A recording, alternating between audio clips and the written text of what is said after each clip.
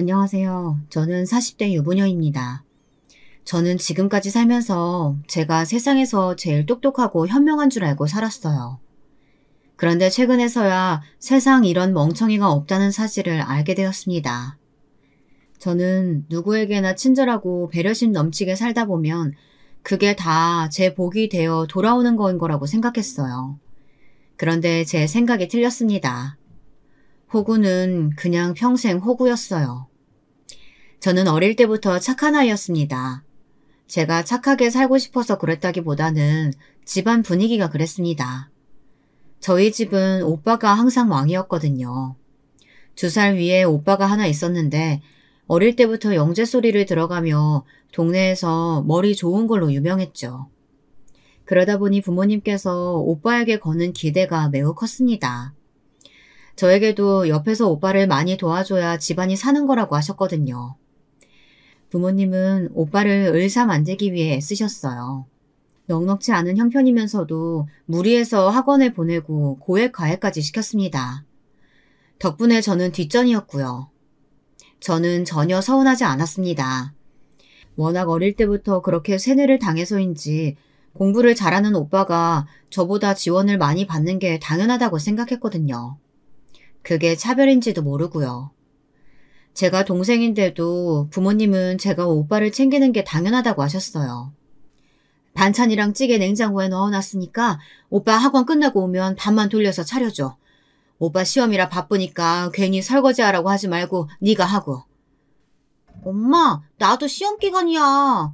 왜 오빠만 챙겨? 너랑 오빠랑 같아?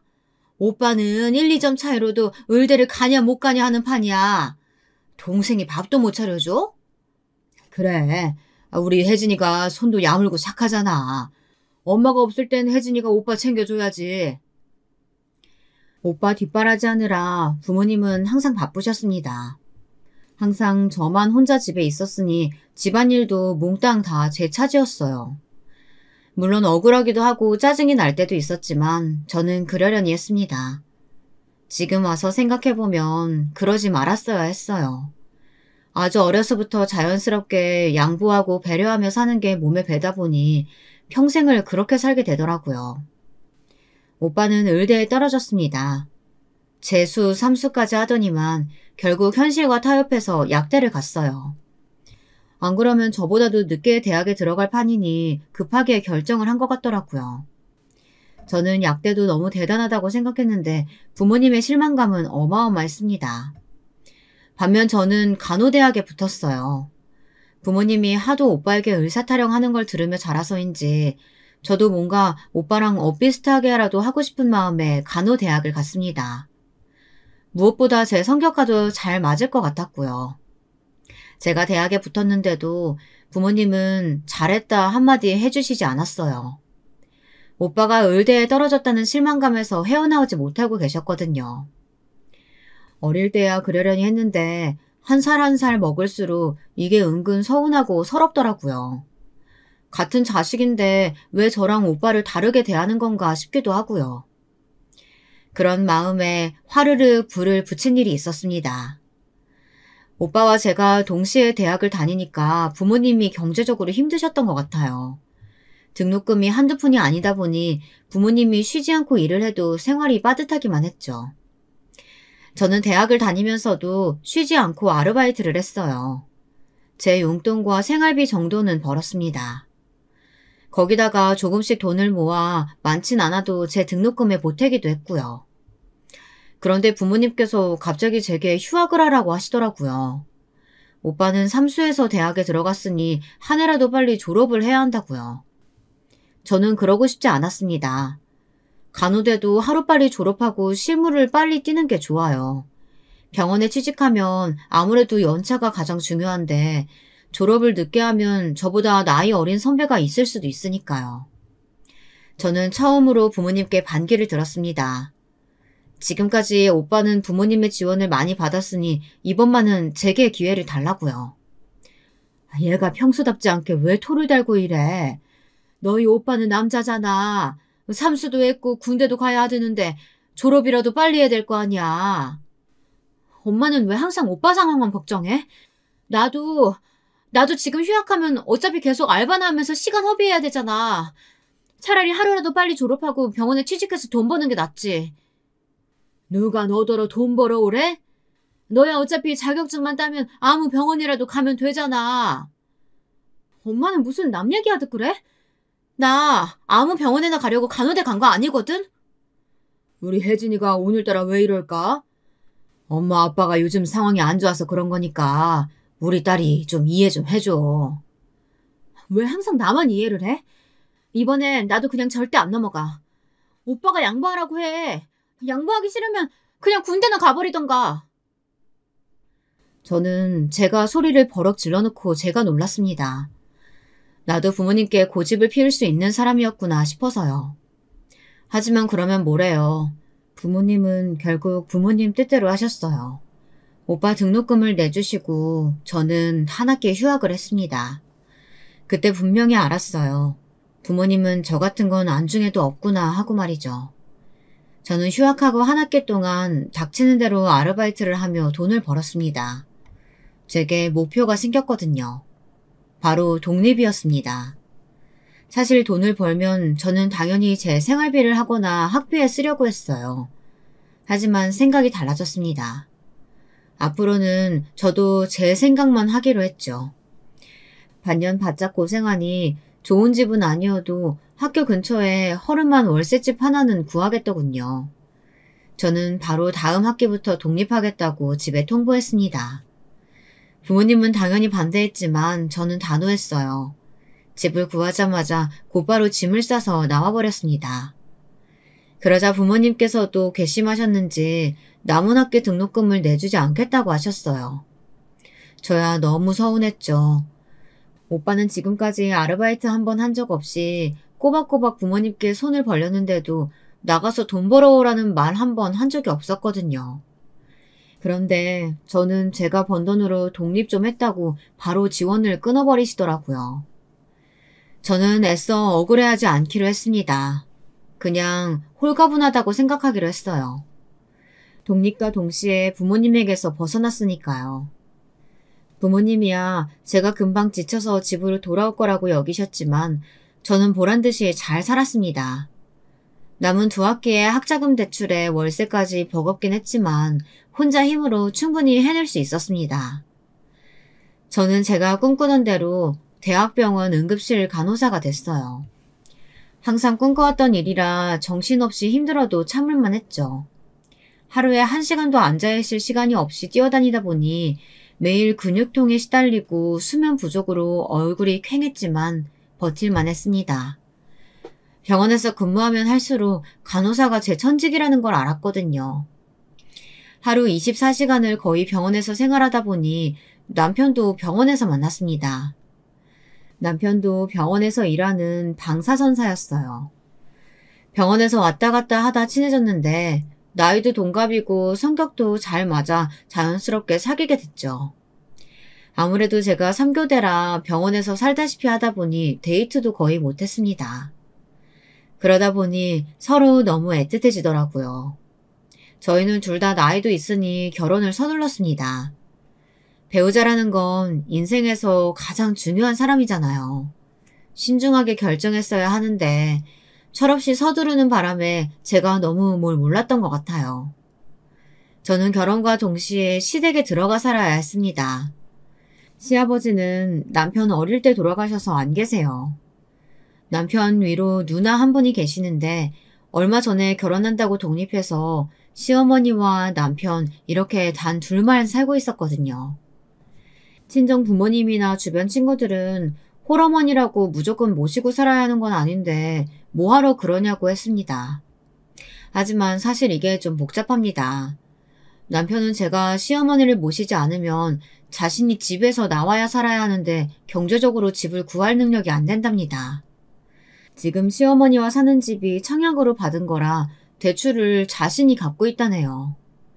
남편 없이 어머니 혼자 남매 둘을 키우셨으니 얼마나 고생을 많이 하셨겠어요. 경제적으로도 넉넉지 않다 보니 힘들게 사신 것 같더라고요. 그래서 시누이가 결혼하기 전까지 집에서 가장이었대요. 저도 나름 어렸을 때부터 오빠와 차별받는다 생각하고 컸는데 시누이에 비하면 차별당한 것도 아니더라고요. 시누이는 아예 대학도 못 가고 고등학교를 졸업하자마자 돈을 벌었어요. 동생인 저희 남편 공부시키려고요. 남편이 고등학교 때 갑자기 체대를 가야겠다고 해서 시누이가 체대 입시 학원까지 보내줬나 봐요. 그런데 기껏 학원을 보내놨더니 고3 때 갑자기 체대 말고 공부를 하겠다고 학원을 그만뒀다네요. 저도 결혼하고 나서야 알았는데 남편이 은근 철딱서니가 없어요. 그게 다 집에서 아들이라고 혼자만 귀하게 자라서 그런 거더군요. 남편이 대학을 입학할 때까지도 시댁 식구들은 작은 월세집에 살았대요. 그러다가 시누이가 돈을 모아 전셋집으로 옮겼는데 시누이가 결혼을 하게 된 거죠. 시누이는 결혼하면서도 동생과 어머니가 걱정됐는지 여기저기 청약을 넣었나 봐요. 동생 집이라도 한 채 해주고 시집을 가야 마음이 편할 것 같아서요. 그렇게 해서 지금 사는 아파트 청약이 된 거더군요. 청약이라 시세보다 저렴하기는 해도 워낙 가진 돈이 많지 않다 보니 대출을 많이 받았어요. 남편도 월급 받아 대출이자 갚기 바쁘다 보니 모은 돈이 없는 것도 당연했고요. 시어머니도 사정은 마찬가지였습니다. 집이라고는 청약이라고 당첨된 아파트뿐인데 돈 한 푼 없이 저희가 나가는 것도 말이 안 되고요. 그렇다고 어머니에게 갑자기 나가시라고 할 수도 없는 상황이니까요. 저희 부모님은 노발대발 하셨습니다. 부모도 싫어서 일찍 독립한 애가 홀어머니를 어떻게 모시고 살려고 하냐고요. 저도 걱정이 안 된 건 아니었어요. 하지만 저야 새벽 근무에 밤 근무에 매일 3교대로 집에 들어가 봐야 씻고 잠만 자고 나오기 바쁘다 보니 시어머니와 함께 산다고 해도 부딪힐 일이 있을까 싶었습니다. 무엇보다 남편과 하루빨리 결혼하고 싶기도 했고요.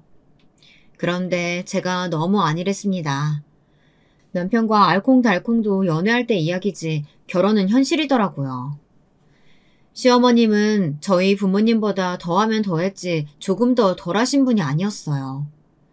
저는 딸도 아닌데 어머니와 남편 옆에 있다 보면 괜히 샘도 나고 소외되는 느낌마저 들었습니다. 시어머니의 아들 사랑이 정도가 지나쳤거든요. 친정에 살 때 오빠를 보면서 느꼈던 감정을 남편을 보면서 똑같이 느꼈어요. 시어머니는 저를 며느리가 아닌 아들 돌봐주는 보모 정도로 생각하시는 것 같았습니다. 세아가, 너는 애가 남편 출근하는데 어떻게 나와보지도 않니? 새벽까지 근무하고 와서 이제 잠들었는데 나오기는 뭘 나와요. 행여나 혜진이 앞에서 그런 소리 하지 마세요. 시어머니 목소리가 얼마나 큰지 자고 있는데도 다 들렸습니다. 저는 만약 아들이 새벽에 일하고 들어왔으면 저랬을까 싶더라고요. 당연히 아니겠죠. 제가 주말에 오전 근무라 출근 준비를 하고 있으면 조금만 달그락거려도 남편이 쉬는 날 모처럼 자는데 조용히 좀 나가라고 하시는 분이거든요. 저는 결혼하자마자 알았습니다. 세상에 절대 딸 같은 며느리는 없다는 걸 말이죠. 한 번은 그런 적도 있었어요. 그날은 제가 밤근무를 하고 와서 아침까지 자고 있었는데요. 주방에서 뭔가 속닥거리는 소리가 들리더라고요. 시어머니는 남편에게 계속 뭔가를 먹으라고 성하셨고 남편은 됐다고 거절하고 있었고요. 저는 어머니께서 밥상을 또 거하게 차리셨나 보다 했습니다. 그런데 제가 잠에서 깨서 주방에 나갔더니 어머니께서 저를 보시고는 웬 박스를 황급히 치우시더라고요. 누가 봐도 제게 뭔가를 숨기려고 하시는 것 같았습니다. 저는 뭔데 그렇게 숨기시냐고 저만 빼고 맛있는 거라도 드시는 거냐고 농담주로 말했습니다. 그러자 남편이 민망했는지 먼저 말하더군요. 자기야, 이거 먹어봐. 이거 염소에다가 좋은 약재란 약재는 다 넣어서 만든 한약이래. 딱 보니 어머니께서 남편 것만 한약을 지어오셨나 보더라고요. 사실 한약이야 아들 것만 지어올 수 있죠. 한약이 한두 푼 하는 것도 아니고 온 식구가 다 어떻게 먹겠어요. 하지만 서운한 건 바로 그 뒤에 시어머니의 행동이었습니다. 너야 간호사인데 네 몸 얼마나 알아서 잘생기겠어. 근데 우리 아들 좀 봐라. 결혼하고도 마누라 밥 제대로 한 번 얻어먹지 못해서 그런가 아주 결혼 아들이 더 말랐다. 내가 보기 안쓰러워서 한 재 지어준 거니까 네가 아침마다 챙겨 먹여. 어머님이 항상 알아서 잘 챙겨주시는데 뭘 저까지 챙겨요. 그리고 어머니야말로 연세도 많으신데 돈 있으시면 어머니 좋은 거 사드세요. 앞으로 먹을 날 많은 아들만 주시지 말고요. 어머니가 답답해서 저도 한 소리 했습니다. 친정 어머니도 마찬가지지만 도대체 아들이 뭐라고 항상 그렇게들 아들 걱정만 하고 사는지 모르겠더라고요. 그렇다고 아들들이 어머니에게 잘하는 것도 아닌데 말입니다. 시어머니와 함께 사는 건 걱정한 것보다 힘들지는 않았어요. 제 생각대로 제가 집에 계속 있는 게 아니다 보니 부딪힐 일이 없었죠. 오히려 제가 죄송할 때가 많았습니다. 연세도 많으신데 집안일도 거의 혼자 다 하시고 남편까지 살뜰히 잘 챙겨주시니까요. 저는 시어머니에게 감사해서 용돈도 챙겨드리고 선물도 자주 사다 드렸어요. 제가 같이 살기는 하지만 특별히 챙겨드리는 게 없으니까요. 그런데 생각지도 못한 부분에서 힘든 일이 생겼습니다. 저는 시어머니보다 시누이가 더 힘들더라고요. 글쎄 시누이가 시도 때도 없이 집에 찾아왔습니다. 물론 딸이 어머니가 사는 집에 올 수도 있죠. 그런데 이 집은 자기 어머니랑 동생만 사는 집이 아닌 올케인 저도 사는 집이잖아요. 툭하면 와서 냉장고에 있는 음식이며 과일을 가져갔어요. 그뿐만이 아니었어요. 제가 집에 있든 없든 신경도 안 쓰고 애들까지 데리고 와서는 밤늦게까지 있다 가는 일도 허다했죠. 저는 일반 직장인처럼 오전에 나갔다가 저녁에 들어오는 사람이 아니잖아요. 새벽 근무하고 와서 간신히 좀 자려고 하면 애들까지 데리고 우르르 와 시끄럽게 했습니다. 심지어 나중에는 제가 자고 있으니 아예 깨우더라고요. 올케, 좀 일어나봐. 올케는 집에 시누이가 왔는데 어떻게 잠을 잘 수가 있어? 오셨어요? 제가 새벽 근무하고 이제 막 왔거든요. 어제는 응급환자도 많아서 정신이 없었어요. 올케는 아무리 일이 바빠도 그렇지 시어머니 모시고 사는 사람이 장도 안 봐나?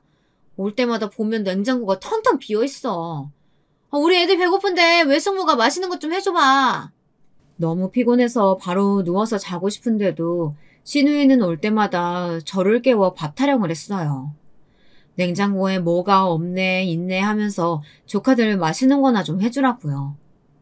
제가 며칠 전에 마트 배달로 고기랑 과일 다 시켜놨었는데 형님이 다 가져가셨던데요.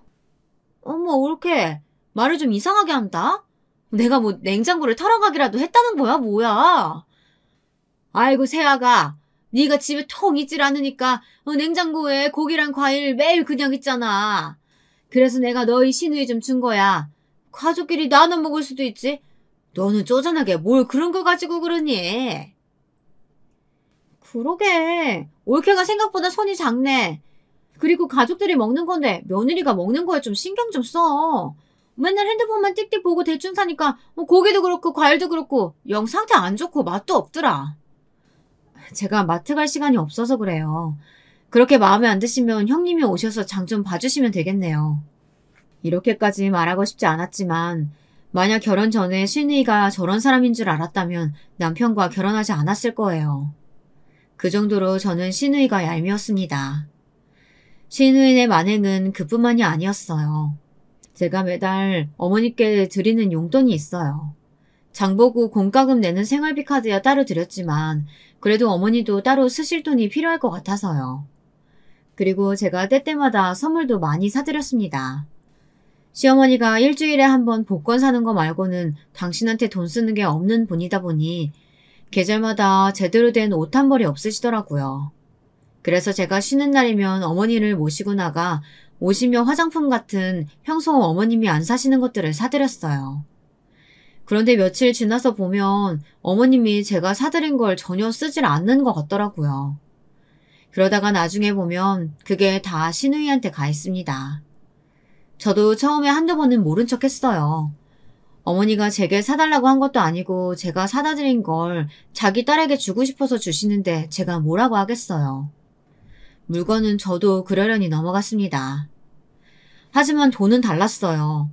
시누이가 집에 올 때마다 제가 어머니께 드린 생활비를 야금야금 뺏어가는 것 같더라고요.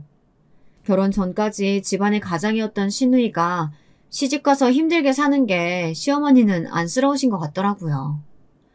그 인간 때문에 못 살겠어. 나가서 돈을 벌면 뭐해. 어디다 쓰는지 생활비라고는 쥐꼬리만큼만 주고 애들 학원비도 아까워서 덜덜 떠는데. 김서방도 힘들어서 그럴 거야. 힘들어도 애들 생각하고 참고 살아. 돈이야 힘들면 엄마가 다 도와줄 테니까. 엄마가 무슨 돈이 있어서. 아버지 없이 네가 시집가기 전까지 이 집 가장 노릇을 다 했는데 엄마가 없어도 어떻게든 만들어다 가져다 줘야지. 옆에서 주워듣기로는 신우이랑 아주버님 사이가 안 좋은 것 같았어요. 신우이가 결혼하면서 그 전에 남편과 시어머니와 함께 살던 전셋집 보증금으로 지금 아파트 계약금이랑 중도금을 다 냈다고 해요.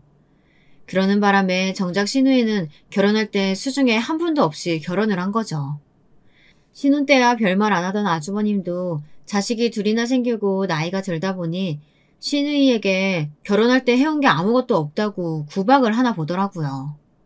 더군다나 신우이가 매일같이 친정에 드나드니 자기가 벌어오는 거 친정에 다 갖다 바치는 거 아니냐고 꼬투리까지 잡나 보더라고요.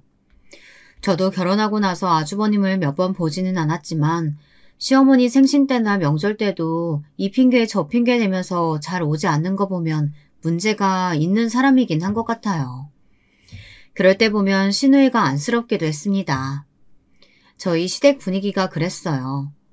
어릴 때부터 아버지 없이 셋이 똘똘 뭉쳐 온갖 힘든 일들을 버티며 살아서 그런지 서로 굉장히 애틋하더라고요. 저도 이해 못하는 건 아니에요. 하지만 저도 가족의 일원인데 저에 대한 배려 없이 멋대로 행동하시는 건 참기 힘들었습니다.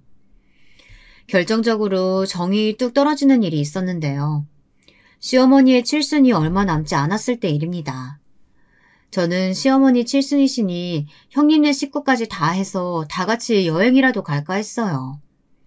제 딴에는 남편이 당연히 좋아할 거라고 생각했는데 남편이 별로 좋아하지 않더라고요. 식구도 많은데 돈 많이 들게 여행은 무슨. 그냥 어머니 쓰시라고 용돈 드리자. 용돈이야 매달 드리는 거고 명색이 칠순인데 뭔가 기억에 남을 만한 건 해야지. 여행이 좀 부담되면 가족 사진이라도 찍을까? 됐어. 우리 엄만 돈 좋아해. 그래도 칠순인데 한 500 정도 드리면 되지 않을까? 저는 남편 말에 너무 깜짝 놀랐습니다. 우리가 경제적으로 여유로운 사람들도 아니고 아무리 시어머님 칠순이라도 현금으로 500을 드리는 게 말이 되나 싶어서요. 저는 곧바로 남편에게 500이 있기는 하냐고 따져 물었습니다. 제가 알기로는 남편 수중에 절대 500이라는 돈이 있을 리가 없거든요. 그런 와중에 남편은 눈치 없이 말도 안 되는 소리를 하더군요. 당신 전에 적금 드는 거 있었잖아. 그거 돈 넣은 지 꽤 되지 않았어? 그 돈, 그거 어머니 드리면 되지. 남편은 자기 돈도 아니면서 아주 쉽게 말하더군요. 저는 왠지 괘씸했습니다. 지금까지 남편이 기분 나쁠까봐 제가 말은 하지 않았지만 사실 결혼하고 나서 집안에 들어가는 비용 대부분을 제가 내고 있었거든요. 남편도 엄연히 일해서 월급을 받으면서도 영 돈을 잘 못 모으는 것 같더라고요. 내 적금? 그 적금 나중에 우리 아이 생기면 쓴다고 모으는 거잖아. 그리고 적금 만기 되려면 아직 멀었는데 지금 그걸 해약하라는 거야? 결혼하고 나서 아무리 힘들어도 이 적금만은 열심히 모았습니다. 아직 아이 계획이 있는 건 아니지만 언제 어떤 상황에서 아이가 생길지 모르니 조금이라도 돈을 모아둬야 할 것 같았거든요. 저더러 생활이 빠듯해서 힘들 텐데 대단하다고 해놓고선 이제와 마치 자기 돈인 것처럼 저런 소리를 해대니 기분이 좋지 않았습니다. 우리가 지금 당장 애가 생기는 것도 아니고 현재 상황에서는 어머니 생신이 중요하니까 그거 먼저 쓰고 다시 모으면 되지. 아무리 그래도 500은 너무 많아. 당신 왜 말이 바뀌어? 어머니랑 누나네 여행까지 생각했으면 당연히 그 정도 생각한 거 아니었어? 도대체 어디로 여행을 가면 500이나 쓴답니까?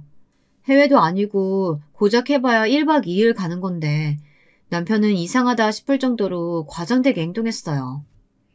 저는 그런 남편이 이상하다 생각했습니다. 그런 제 마음을 아는지 모르는지 남편은 오히려 제 말에 서운하다는 듯 굴었어요. 여행이야 가게 되면 당연히 형님네랑 반반씩 나눠서 하는 거니까 그래서 많이 무리되지 않을 거라고 생각한 거지. 우리가 여행 가자고 했으면 우리가 내는 거지. 왜 누나한테 반을 내라고 하냐? 그게 말이 되냐? 저야말로 도무지 뭐가 말이 안 된다는 건지 모르겠더군요. 저희 친정은 생신이든 여행이든 일이 있으면 오빠와 뭐든지 반반씩 했어요. 심지어 오빠가 오빠라고 더 낼 때도 많았고요. 당연히 집안마다 상황이 다르니 다 똑같이 할 수야 없죠. 하지만 저는 남편이 왜 화를 내는 건지 이해되지 않았습니다. 역시나 남편이 이상하게 군 대에는 다 이유가 있더군요. 남편은 다 꿍꿍이가 있었어요. 알고 보니 남편이 급하게 돈이 필요했나 보더군요. 어머니께 용돈을 드린다는 명분으로 제게 500을 받아서 일부만 어머니께 드리고 나머지는 자기가 쓰려던 거였어요. 제가 그걸 어떻게 알았냐고요? 우연히 제가 남편 통화 내용을 엿들었습니다. 야, 내가 네 돈 떼어먹냐? 금방 갚을 테니까 며칠만 더 기다려줘.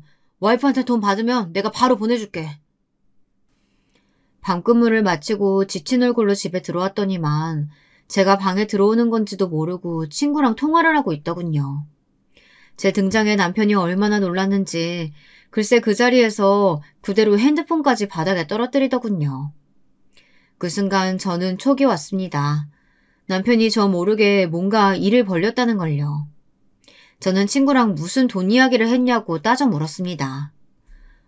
내가 예전에 친구한테 빌린 돈이 좀 있었는데 그걸 내가 깜빡하고 안 갚았지 뭐야. 깜빡? 아무리 그래도 깜빡할 게 따로 있지. 어떻게 친구한테 빌린 돈을 깜빡해? 뭐 때문에 빌렸는데? 그 사실은 아주 예전에 어머니 디스크 수술하실 때 그때 빌렸어. 남편은 점점 더 수상하게 말까지 버벅거리더군요. 어머니 보험 있잖아. 보험금 다 나왔을 텐데 친구한테 왜 돈을 빌렸어? 얼마나 빌린 건데? 300? 300? 그렇게 큰 돈을 아직도 안 갚았어? 그날 저는 남편에게 대판 퍼부었습니다. 너무 답답해서요. 제가 알기로는 시어머니 보험이 다 있는 걸로 아는데 남편 말로는 그 당시에는 보험이 없었대요. 디스크 수술한 이후 보험을 들었다나요? 돈이 급해서 어쩔 수 없이 친구한테 빌렸답니다. 저는 그런 중요한 일을 까먹으면 어떡하냐고 다그쳤어요. 저는 급한 대로 제가 가진 돈에서 300을 줬습니다. 빨리 갚으라고요. 저는 멍청하게 남편 말을 고지고대로 믿었습니다. 그런데 남편은 제게 거짓말을 한 거였어요. 결혼 전 시어머니의 수술비로 친구에게 돈을 빌렸다는 건 새파란 거짓말이었습니다. 돈 300만 원은 앞으로 일어날 일의 빙산의 일각이었어요. 어느 날 제가 오후에 출근을 했는데 병원이 발칵 뒤집혔더군요. 이상하게 사람들이 저를 보고 뒤에서 쑥덕거리는 것 같더라고요. 무슨 일인가 했더니만 이런 망할 놈의 남편 새끼가 아주 대형 사고를 쳤더군요.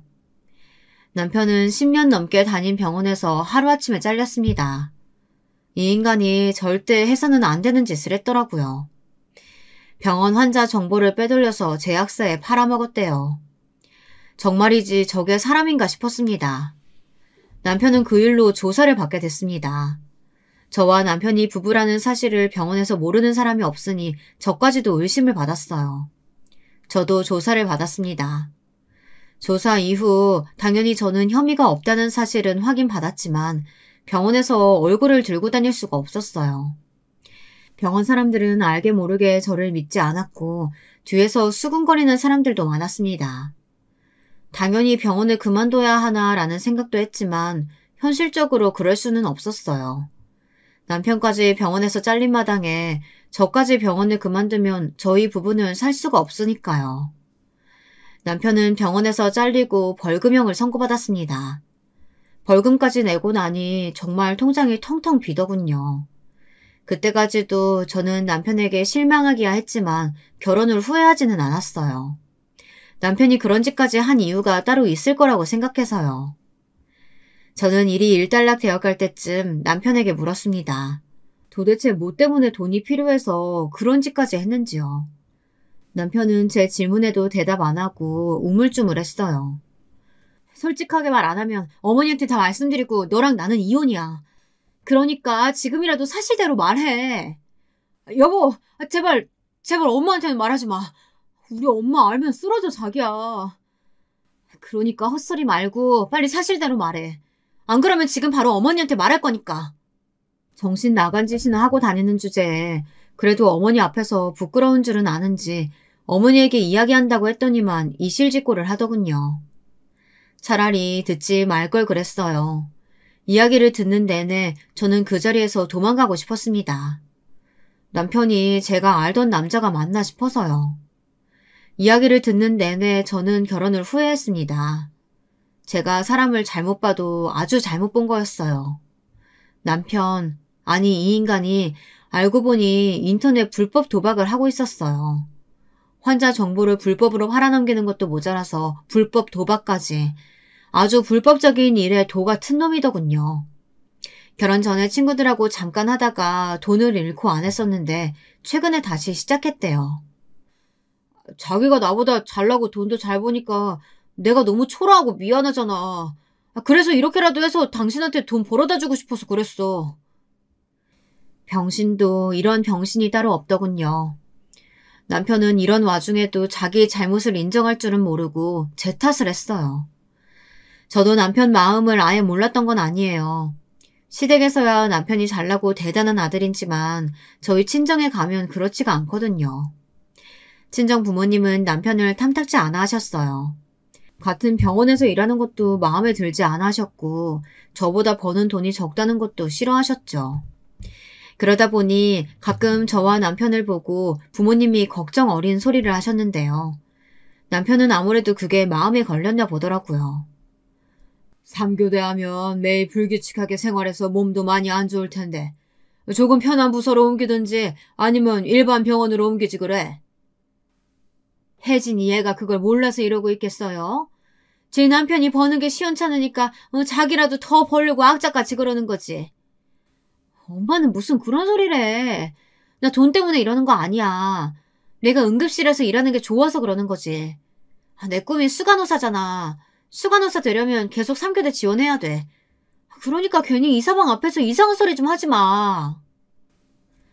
그럴 때마다 저도 남편에게 미안했어요.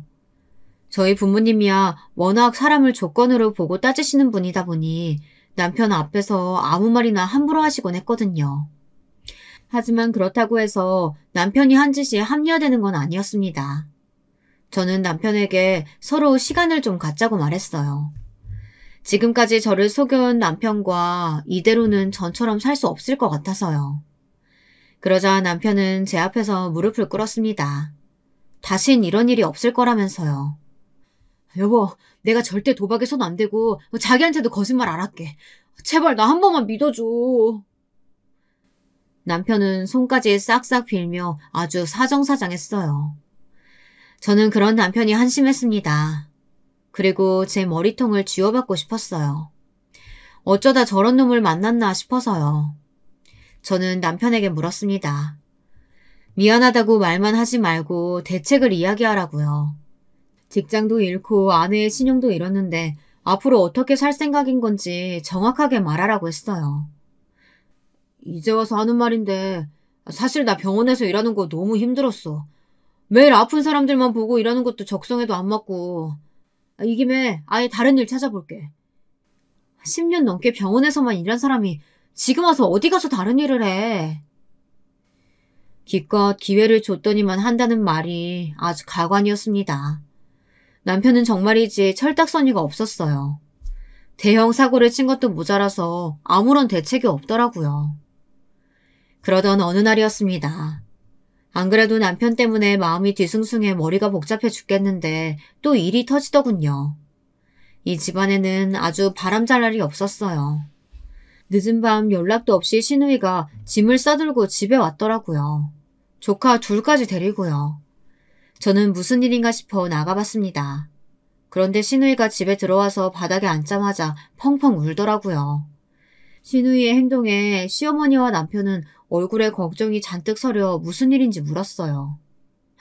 엄마, 김서방 이 자식이 매일 집 나가면 안 들어오고 뭔 짓을 하고 다니나 했더니만 글쎄 밖에서 딴 년이랑 살림을 차린 거 있지? 신우이의 말에 당황한 저는 조카들부터 챙겨 방에 들어가 재웠습니다. 아무리 속상하고 화가 나도 그렇지 애엄마라는 사람이 어떻게 애 앞에다가 두고 저런 소리를 하는지 모르겠어요. 방에 들어와서도 신우이의 울음소리가 얼마나 큰지 큰 집안이 다 울리더라고요. 아이들이 있는데도 저렇게까지 할 정도면 보통 일이 아니긴 한 것 같았습니다. 조카들을 재워놓고 방에서 나갔더니 거실은 초상집이 따로 없었어요. 신우이는 아직도 울고 있었고 시어머니는 가슴을 부여잡고 바닥을 치고 계셨죠. 남편은 잔뜩 화가 나 있었고요. 남편은 지금 당장이라도 아주버님을 찾자가 가만 안 둘 기세였어요. 아이고, 내가 이 김서방, 이놈을 얼마나 믿었는데. 불쌍한 우리 딸, 아버지 없이 자라서 고생만 한 애라고 제발 속썩이지 말고 행복하기만 해주라고 그렇게 부탁을 했는데 이 자식이 감히 바람을 피워? 얼마 전 아주버님이 바람을 피우다 걸렸다네요. 새파랗게 어린 여자랑 눈이 맞아서 아예 그 여자 집에서 살다시피 한답니다. 신우이도 당하고만 있을 수는 없어서 증거라도 잡으려고 아주버님 뒤를 밟았는데 그 사실을 안 아주버님이 적반하장으로 신우이에게 아주 난리를 쳤답니다. 그 상간녀는 아주버님이 유부남인 걸 모르는데 그 앞에 신우이가 나타났다고 쌩 난리를 쳤다네요. 정말이지 쌍놈도 그런 쌍놈이 없더군요. 신우이는 아주버님과 싸우다 이혼하기로 하고 집을 나왔나 보더라고요. 아무리 그래도 누나가 나오면 어떡해. 그 거지 같은 새끼를 내쫓았어야지. 자기 명의로 된 자기 집이라고 나더러 당장 나가라는데 그럼 어떡해. 지금 안 나가면 애들도 못 데리고 나가게 한다는데. 신우이는 제 앞에서는 매일같이 큰 소리치고 얄미운 소리도 척척 해대더니만 자기 남편 앞에서는 찍소리도 못하는 바보였나 봐요. 시어머니는 가슴을 부여잡고 눈물만 흘리시며 속상해 하셨습니다. 그러고는 간간히 닮은 게 없어서 엄마 팔자를 닮느냐고 중얼거리셨어요. 시어머니도 평생 남편 없이 혼자 남매를 키우셨으니 그게 얼마나 힘든 일인지 잘 아셨을 테죠. 그러다 보니 아이 둘을 앞으로 신우이 혼자 키우며 살 생각을 하니 많이 속상하신 것 같았습니다. 엄마, 나 이제 어떡해? 그 인간이랑 이혼하고 위자료도 한 푼 제대로 못 받으면 앞으로 우리 애들이랑 나 어떻게 살아? 어떻게 살긴 어떻게 살아. 엄마도 있고 동생도 있는데 네가 뭘 걱정해. 엄마가 다 책임져. 김서방, 그 자식이랑 소송해서라도 위자료 받아내고 가만히 안 둘 거야. 저는 시어머니의 말에 걱정부터 왔었습니다. 시어머니는 돈도 한 푼 없으면서 어쩜 저렇게 쉽게 책임진다는 말을 하나 싶어서요. 그런데 모자지간이 똑같았습니다. 남편도 저와 한마디 상의 없이 아주 자신있게 말하더군요. 누나, 걱정하지 마.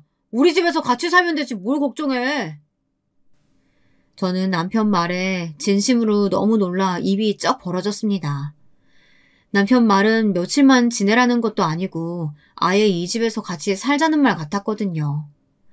물론 신우이 상황이 안 됐다는 거야 저도 잘 압니다.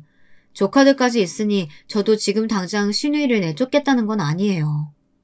하지만 잘못을 한 건 아주버님이니 그 집에서 아주버님을 쫓아낼 생각을 해야지 왜 이 집에서 같이 살 생각부터 하는지 모르겠어요.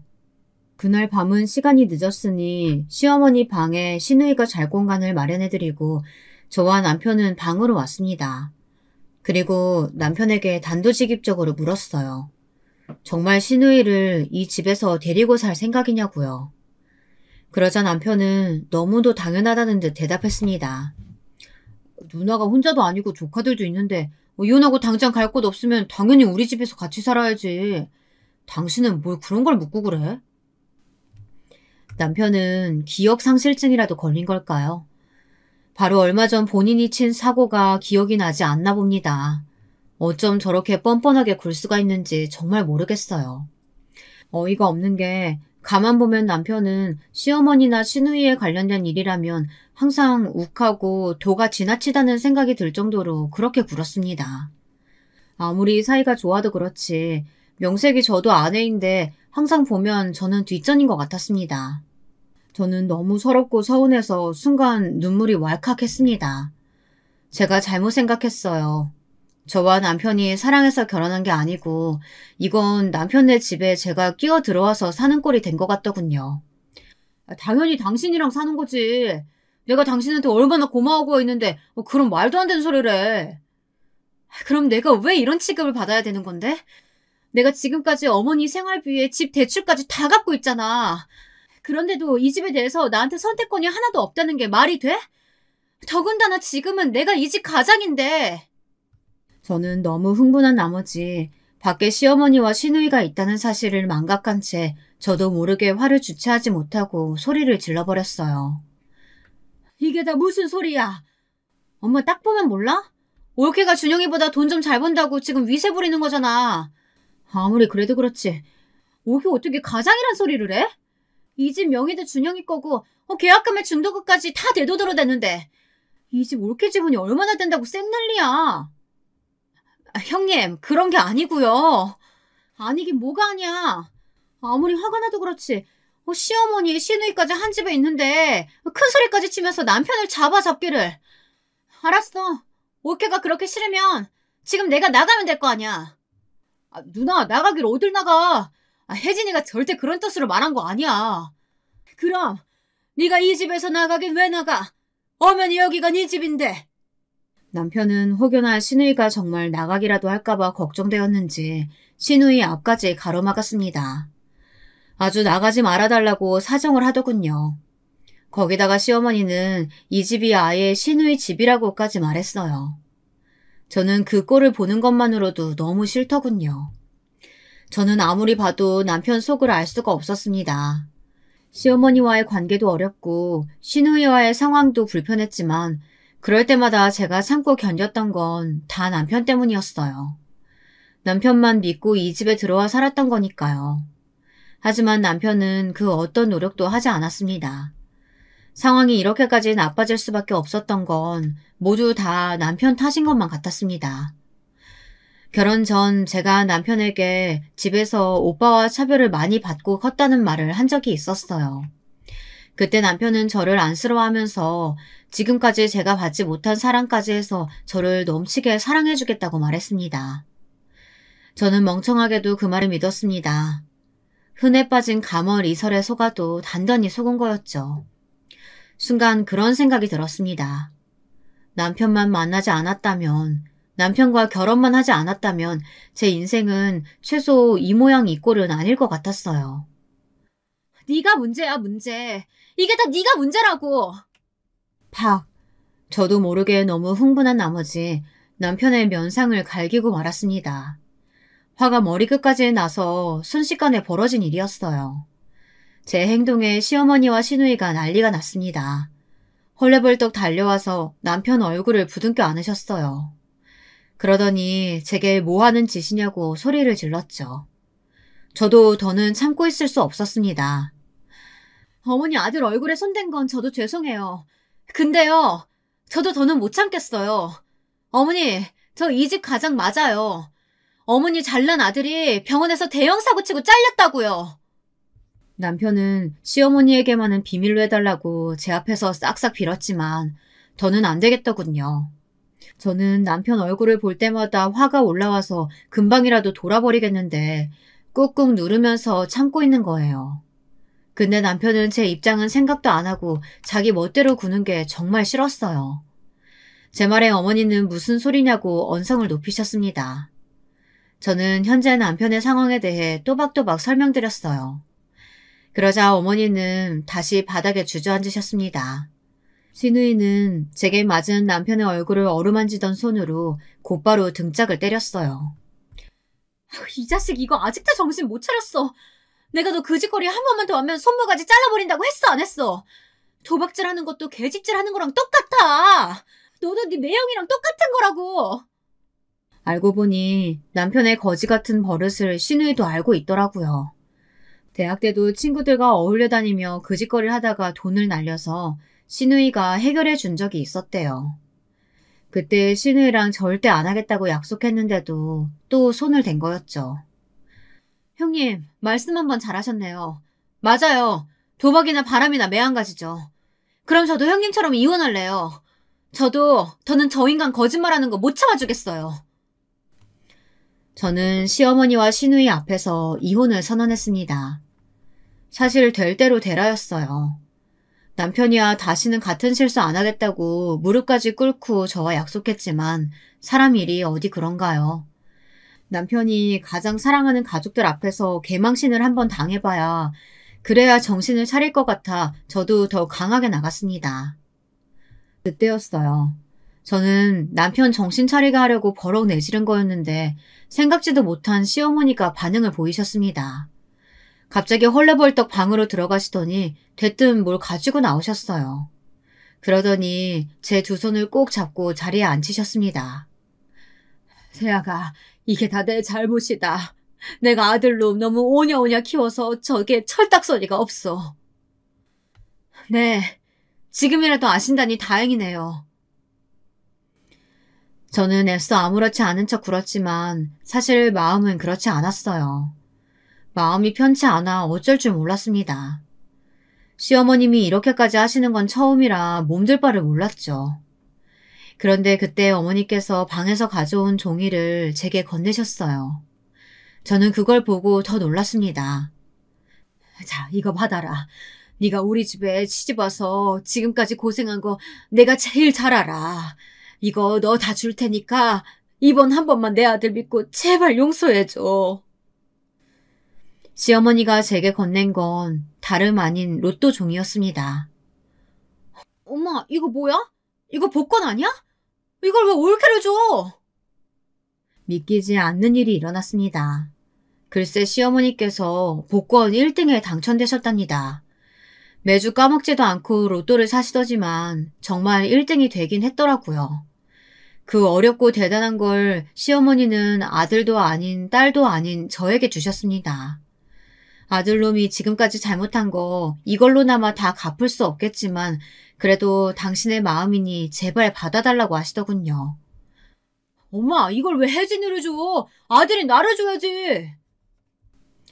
역시나 철딱선이라고는 없는 남편은 그런 상황에서도 눈치 없이 굴었습니다. 시어머니께서 제게 준 로또 종이를 탐내고 있었어요. 너는 입 닥치고 있어. 앞으로 우리 집 가장은 우리 며느리 혜진이가 맞아. 앞으로 너희 둘 다 이 집에서 살 생각이면 하루라도 빨리 취직해서 돈 벌 생각들이나 해. 그래야 이 집에서 먹고 자게 해줄 테니까. 시어머니의 행동이 갑자기 달라졌습니다. 앞으로 이 집의 가장은 저이니 시누이와 남편더러 제 말을 따라야 한다고 했어요. 와, 암튼 우리 엄마 대단하다니까. 애지중지하던 아들 이혼당할까봐 며느리한테 붙는 거야? 우리 엄마 태세전환 장난 아니네. 자식이라고 꼴랑 둘 있는 거 당장 둘 다 이혼남 이혼녀 되게 생겼는데 그럼 어미가 돼서 가만히 있어? 한 놈이라도 말려야지. 시어머니는 정말 태세전환이 빠른 분이었습니다. 그날 이후 어떻게 됐냐고요? 사실 저는 고민이 많았어요. 옛말에 자기 처자식도 팔아먹는다는 게 도박이라고 했잖아요. 저는 남편을 도저히 믿을 수가 없었습니다. 그래서 한동안 남편과 저는 떨어져 지냈어요. 친정에서 지내며 생각을 정리했습니다. 시어머니에게 받은 로또는 그대로 시댁에 두고 나오려고 했는데 시어머니께서 제게 주기로 한 거니 가지고 나가라고 하셨죠. 그리고 한 말씀 덧붙이셨습니다. 혹시나 네가 용서해주고 다시 받아줬는데도 저놈이 또 도박에 손대면 그때는 내가 내 손으로 아들놈 신고할게. 세아가 제발 날 좀 믿고 한 번만 다시 생각해주렴. 저는 고민 끝에 다시 집으로 돌아갔습니다. 그리고는 현재 32평 방 3개짜리 아파트에서 어른 넷, 아이 둘까지 해서 아주 복잡거리며 살고 있습니다. 복권도 당첨됐는데 왜 아직도 그 집에 사냐고요? 저희는 제가 근무하는 병원 근처에 작은 주택을 하나 샀어요. 아직 인테리어 공사 중입니다. 복권 1등 당첨금 18억 원에서 세금 떼고 못 떼고 나니 남는 것도 얼마 없더군요. 그리고 한 가지 더 달라진 게 있었습니다. 바로 남편과 시누이였어요. 사장님, 오늘 일찍 마감하고 우리 오랜만에 삼겹살 파티 어때요? 흑전하기 시작한 게 얼마나 됐다고 벌써 농땡이야. 마감까지 다 하고 들어와. 삼겹살 파티는 쉬는 날 하고. 암튼 우리 올케 사장님 완전 야박하다니까. 이게 다 무슨 소리냐고요? 제가 직접 가게를 하는 건 아니고요. 시어머니가 주신 당첨금 중 일부를 떼서 남편과 시누이에게 가게를 차려줬습니다. 업종은 제가 추천했어요. 지금까지 사이가 안 좋아서 시누이 앞에서 말한 적은 없었지만 사실 시누이가 음식을 참 잘해요. 그래서 작은 반찬 가게를 차렸습니다. 남편도 시누이를 같이 도와서 가게 일을 하고 있어요.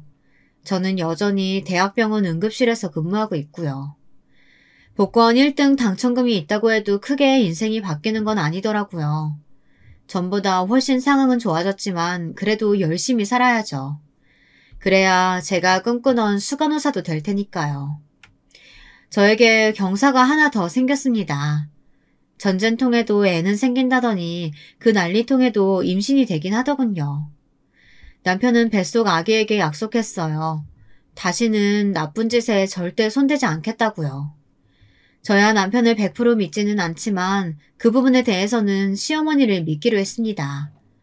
살다 보니 남편보다 제가 시어머니와 성격이 더 잘 맞더라고요. 임신하고 벌써 막달이 다 되어가서 이번 달부터는 육아휴직에 들어갔어요. 덕분에 시누이랑 남편이 반찬 가게 일로 바쁠 때는 저와 시어머니가 조카들을 돌보고 있습니다. 저와 시어머니가 손발이 얼마나 척척 맞는지 조카들도 엄마랑 있을 때보다도 더 좋다는 소리까지 하더라고요. 이런 식이면 앞으로 태어날 제 아이도 시어머니와 함께라면 잘 키워낼 수 있을 것 같았어요. 아직 완벽하다고 말할 수는 없지만 조금은 저도 이 집안의 가족 구성원으로서 인정받고 있는 것 같아요.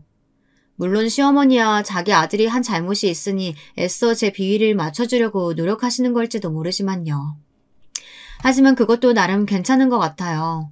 서로 눈치도 보고 비위도 맞추면서 나름 잘 지내려고 노력하고 있거든요. 앞으로 또 얼마나 별의별 일이 생길지 모르겠지만 저도 한번 가족들을 믿고 잘 헤쳐나가보려고 합니다. 응원 많이 해주세요. 그럼 지금까지 저의 긴긴 이야기 들어주셔서 정말 감사합니다.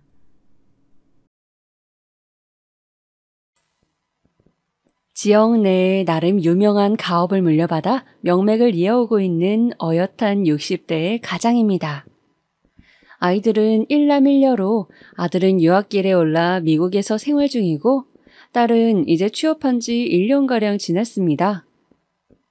저희 집은 지역에서 알만한 사람들은 다 안다는 유명한 세차장입니다. 평일은 물론 주말에도 고객이 많아 대기표를 받아도 집에 돌아가는 실정이죠. 현재는 직원들이 많아 매일 가진 못해도 일주일에 한 번씩은 꼭 사업장에 방문합니다. 딸아이는 아직 취업한 지 얼마 안 되어 독립하지 않았어요.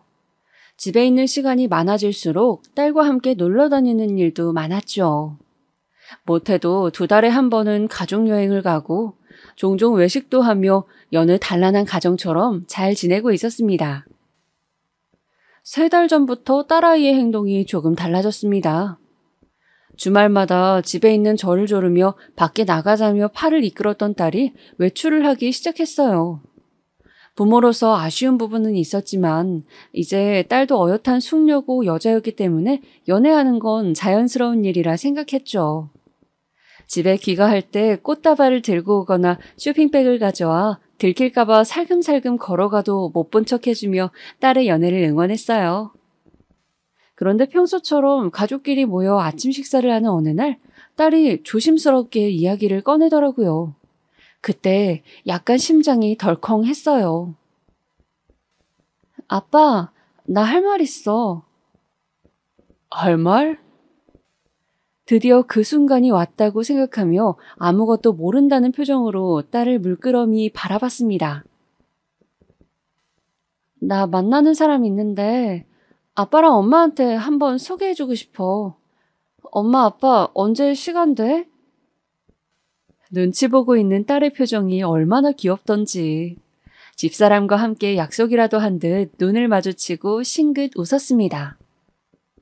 말없이 고개를 끄덕이며 딸을 바라보자 딸도 긴장이 풀린 듯 환하게 웃으며 바라봤습니다. 자식을 키우는 부모로서 언젠가는 올 때라고 생각했기 때문에 편안하게 받아들이기로 했어요. 과거 아내와 만날 때도 힘들었던 순간이 있었기에 적어도 결혼에 있어서는 자식들의 의견을 많이 존중해주는 부모가 되고 싶었거든요. 상견례 날짜는 빠르게 잡혔습니다. 상견례 장소는 어디가 좋을지 상의하는 딸의 모습을 보며 기쁜 마음으로 같이 알아봐 주었고 얘기가 나온 지 2주도 안 된 시점에 상견례를 하러 출발하게 됐어요. 처음인지라 저도 많이 긴장이 되더군요. 아내에겐 긴장하지 않은 척 했지만 속으론 저도 무척이나 떨렸어요. 사실 딸이 진지한 마음으로 교제하고 있는 남자는 어떤 남자인지, 남편 될 사람 부모가 우리 부부를 어떻게 볼지, 반대로 시간은 어떨지 등등 별 생각이 다 들면서 저도 모르게 손에 땀이 배더라고요. 그렇게 맞춤 정장까지 빼입고 운전대를 잡았습니다. 딸은 뒷좌석에서 화장을 고치느라 바쁘고 아내도 평소와는 달리 긴장한 표정으로 핸드백을 꼭 쥐고 있었습니다. 말은 안 했지만 가족들은 모두 걱정 반, 호기심 반으로 같은 생각이었을 거예요. 그렇게 달려온 1시간 후 드디어 상견례장에 들어서게 되었습니다. 문 열리는 소리가 들리자 웅성거리던 소리가 멈추었고 예비 사돈과 사위가 물끄러미 저희 가족을 바라봤습니다. 그리고 백발이지만 깔끔하게 무스를 바른 예비 사돈의 얼굴에서 웃음기가 싹 가셨어요. 덩달아 제 얼굴도 시간이 멈춘 듯 얼어붙어 버렸어요. 심상치 않은 기류가 흐르고 목 뒤에서 식은땀이 흐르는 걸 느꼈습니다. 입 밖으로 신음소리가 저절로 튀어나왔어요. 곧바로 상황을 인지한 저는 저도 모르게 주먹을 꽉 쥐고 참을 수 없이 올라오는 분노를 짓누르려 애를 썼어요.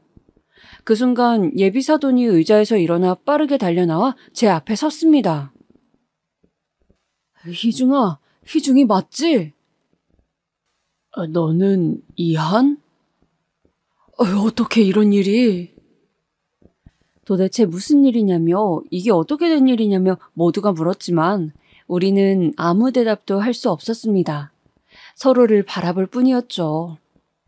그러더니 그놈이 그대로 무릎을 꿇고 가지런히 모은 두 손을 허벅지에 올리고는 눈물을 흘리기 시작했어요. 아버지 왜 그러세요? 자기 품보다 조금 더 큰 정장을 어색하게 차려입은 예비 사위가 뛰어나와 제 아버지를 일으켜 세우려 했어요. 허나 예비 사도는 제 이름만 불렀고 옛 기억이 걷잡을 수 없이 떠올라 순식간에 머리를 집어삼켰습니다. 제 볼에도 뜨거운 눈물이 흘렀고 곧바로 뒤돌아서 문을 잡았습니다. 그때 누군가가 두 팔로 저를 강하게 부여잡았어요. 제발 나를 용서해줘. 잘못했다며 눈물을 흘리며 제 팔을 부여잡은 사람을 바라봤습니다. 아니, 용서할 생각 없다.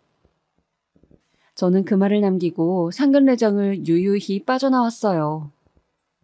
이 남자와의 인연이 이렇게 이어질 줄은 상상도 못했기에 나오고 나서도 저는 몸을 가누지 못하고 어딘가에 기대어 숨을 몰아쉬어야 했어요. 여기까지 들으면 무슨 일인지 모르실 테니 이제부터 잠시 제 이야기를 해드릴게요. 부디 귀 기울여 들어주세요.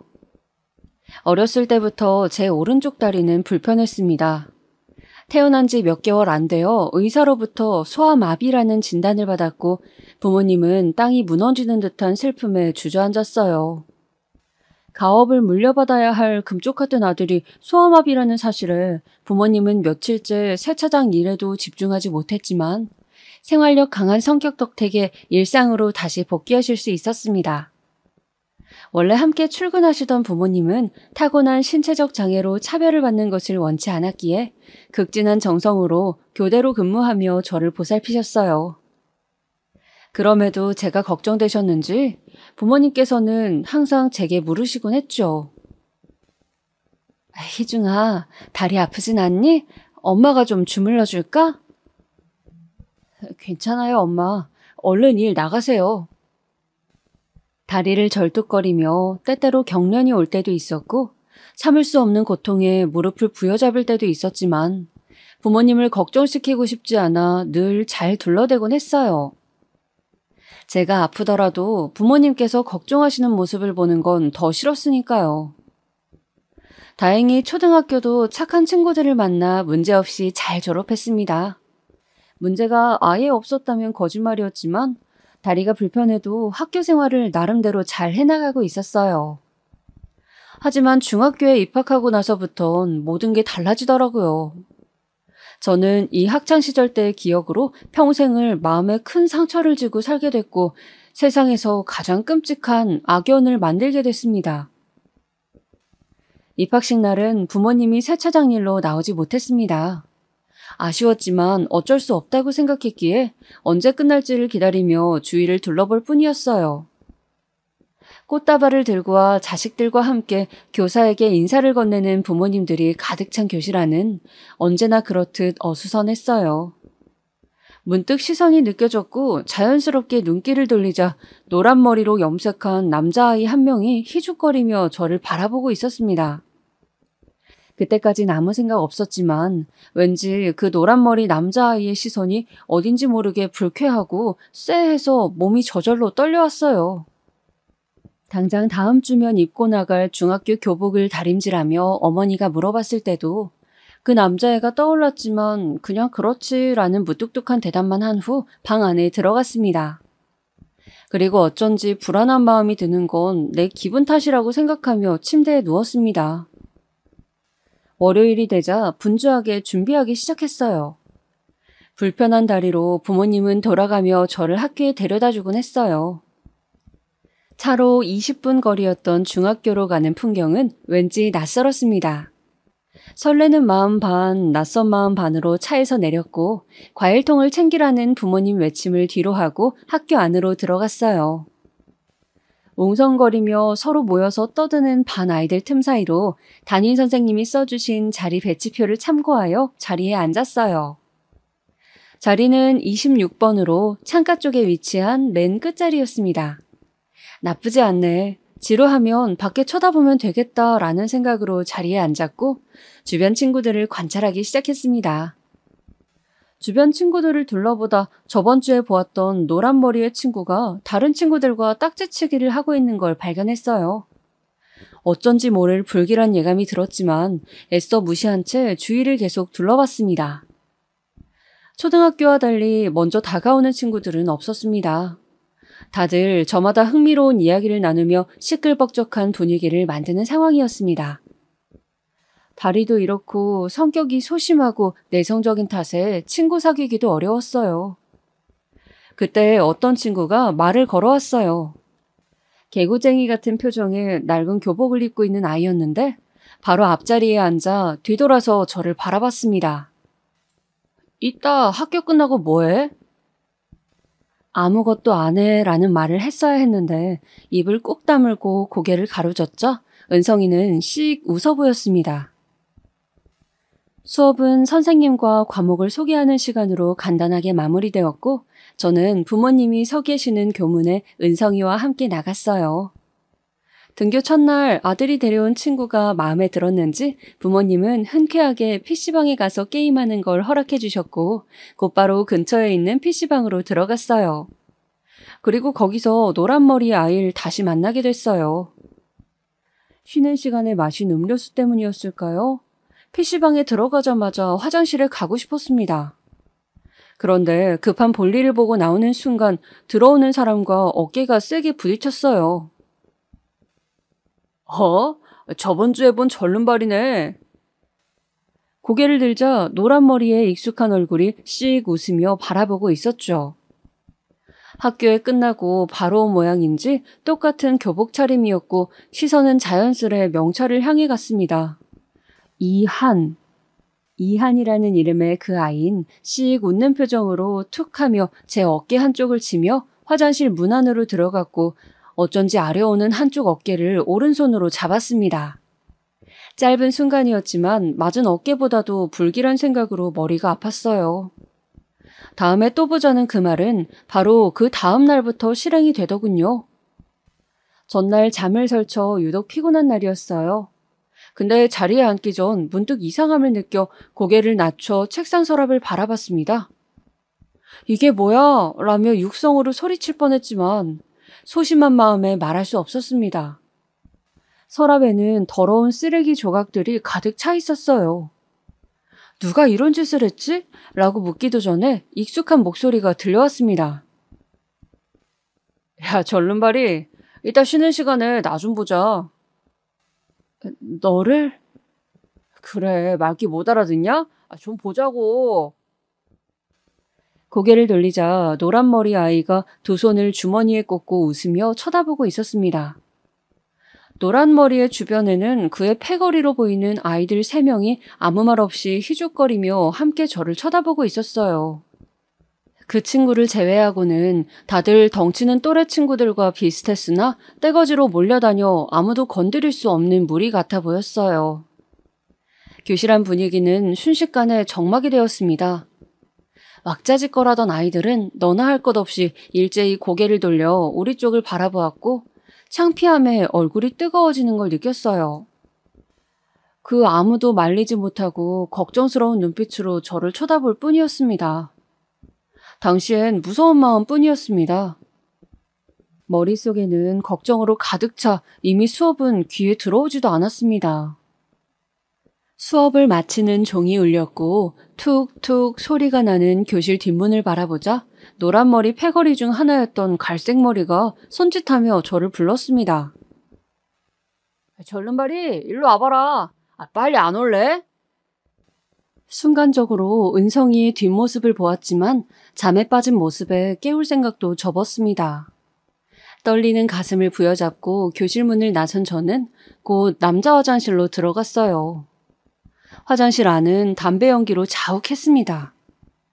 콜록거리며 눈을 비벼 간신히 앞을 바라보자 앞에 노란 머리가 있다는 것을 알게 되었어요. 앞으로 하루에 한 번 매점 가서 빵 사와라. 빵 사오라고. 안 사오면 알지? 그날부터 저의 매점 출석은 시작되었습니다.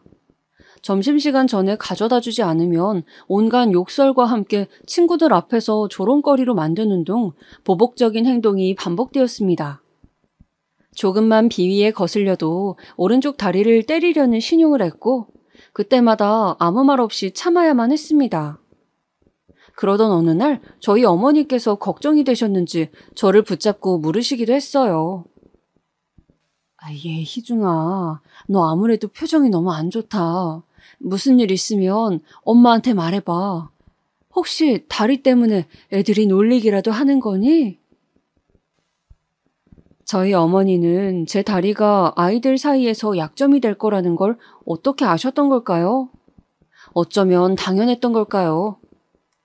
저는 어머니의 말에 노란머리 패거리들을 그대로 일러바치고 제가 무슨 일을 당하고 있었는지 고백하고 싶었지만 그러지 못하고 미련하게도 아니라고 재차 둘러댔어요.